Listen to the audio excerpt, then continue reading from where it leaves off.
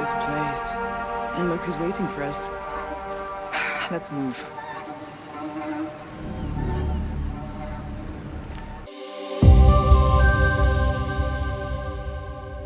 Resonance: A Plague Tale Legacy marks the series' most significant reinvention yet.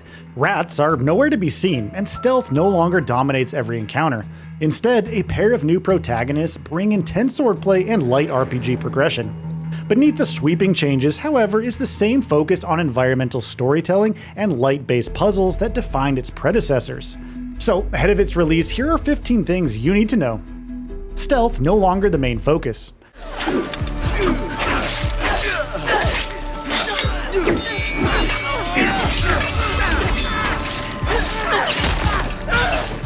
In Resonance: A Plague Tale Legacy, the series' signature stealth mechanics take a back seat for combat, which has grown into a much bigger part of the experience compared to previous A Plague Tale games. Now, that's not to say stealth is gone entirely, but now you're more likely to leap out of the shadows to tackle assailants with a dagger than just sneak past them undetected. Sophia replaces Hugo and Amicia. Resonance switches up the protagonist too, with adventurer Sophia, whom you'll know from A Plague Tale Requiem, filling the shoes of Hugo and Amicia. What's more, there is another new character in your command, Theseus, the Minotaur-slaying king of Athens, Theseus that is. At set narrative points in the game transports you back centuries to wield Theseus' sword in gladiatorial battle flashbacks. There's a historical mystery tying these two protagonists together, one that you'll slowly unravel the deeper you trek into Minotaur's Island. Both protagonists bring unique combat skills. Theseus' segments are intense, with his aggressive close-quarters melee skills enabling him to dominate Colosseum arenas. Wielding a weighty sword in official gameplay footage, he breaks his opponent's guard with strong parries and counters.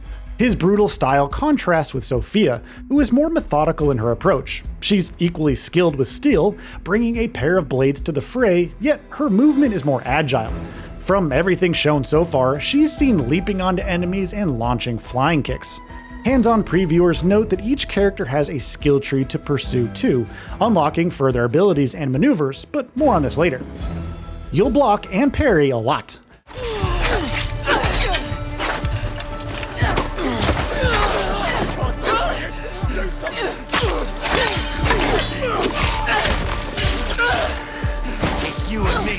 Whichever combatant you're in command of, the flow of Resonance's fighting appears skewed toward a defense-first mindset.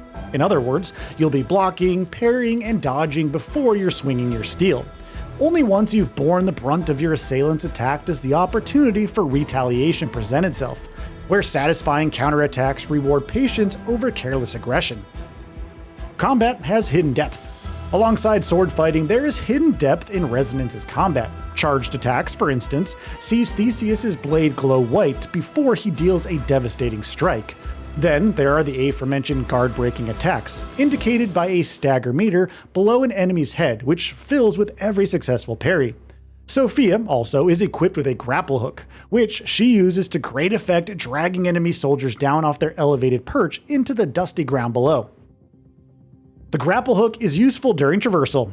Sophia's grapple hook, in fact, comes in handy during traversal too. In the official gameplay footage, we see her careen down ziplines, yank obstacles out of the way, and remove barriers.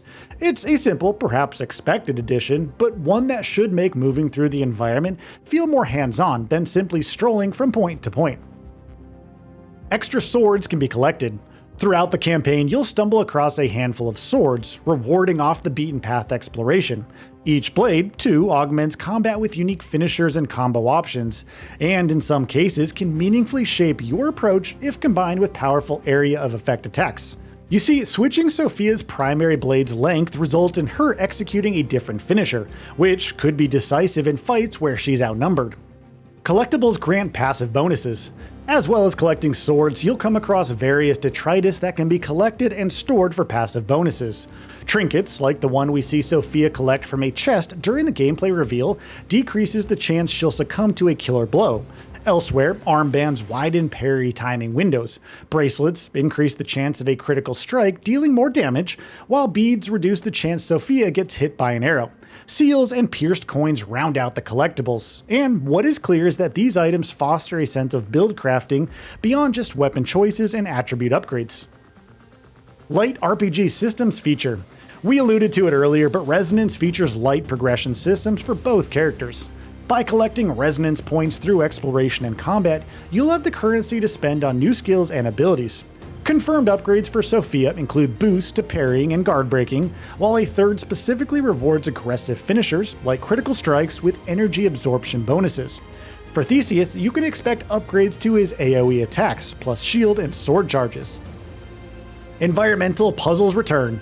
While Resonance at Plague Tale Legacy places greater emphasis on melee combat than its predecessors, exploration and environmental puzzle solving still remain core experiences here.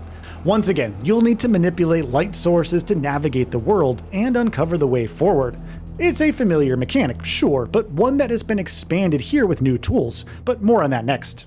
All in all, the result preserves the thoughtful pace of earlier titles, where storytelling was embedded into the environmental puzzles themselves. Sophia's mysterious orb serves multiple purposes. And that tool Sophia carries around is a mysterious sphere, capable of manipulating light in several different ways. In some instances, it can be used to reflect beams of light to activate mechanisms or solve puzzles, while elsewhere it functions as a portable light source capable of illuminating dimly lit tombs. The official gameplay even suggests the two functions can be combined. We see Sophia illuminating otherwise invisible symbols before carefully redirecting light beams. It's yet another example of Resonance building on a Plague Tale's defining mechanics away from rats. Sophia's journal keeps track of important clues. As you explore Minotaur's Island and its forgotten crypts and tombs, Sophia will keep a record of your discoveries in her journal. So rather than the game expecting you to just memorize every ancient rune, mural, or environmental clue, she actually documents important iconography and sketches for future reference. It's a straightforward quality of life addition disguised as a visceral mechanic, but either way it should make the game's suite of puzzles feel more intuitive. Companions can give optional clues. We know from the gameplay footage that Sophia has a companion by her side for at least a portion of her journey. Lenny, however, isn't just there to lend a hand during combat encounters, but she can also offer puzzle assistance, but only if you choose. Taken together with Sophia's note-taking, we could surmise that Resonance's puzzles are set to be tougher than the typical action-adventure.